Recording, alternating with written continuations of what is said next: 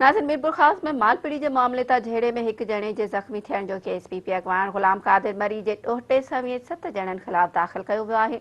मालपीड़ी ऐं बस अॾे जी मालिकी तां पीपी अॻवान ग़ुलाम क़ादिर मरी ऐं सलामत लाखो में हलंदड़ तकरार तां 2 ॾींहं अॻु मालपीड़ी में थियल फायरिंग सबबि माशूक चांडियो जे ज़ख़्मी थियण जो केस सैटेलाइट टाउन थाणे ते दाख़िल कयो वियो आहे।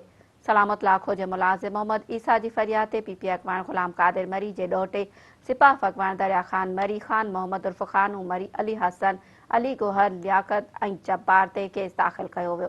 केस में फरियादी ॼाणायो वियो आहे त असांजो दरिया ख़ान मरी वारनि सां प्लाटिंग तां तकरार हलंदड़ आहे। ग़ुलाम क़ादिर मरी हिकु वॾी सियासी ताक़त रखंदड़ आहे जंहिं करे मिल्कियत ते कब्ज़ो करणु चाहे थो। सिपाह अॻवान दरिया ख़ान मरी चयो त सलामत लाखो कब्ज़ा ग्रुप माफ़िया आहे।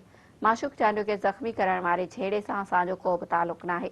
ॿिए पासे असिस्टेंट कमिश्नर ग़ुलाम हुसैन कान्हियूं खे बदिली करे शाहिदा परवीन ॼामड़ो खे मुक़ररु कयो वियो आहे, जंहिं तकरारी बणियल मालपीड़ी जी मुंतक़िली कराइण लाइ नोटिफिकेशन जारी करे पुलिस खे तहफ़ुज़ फ़राहम करण लाइ लेटर लिखी छॾियो आहे।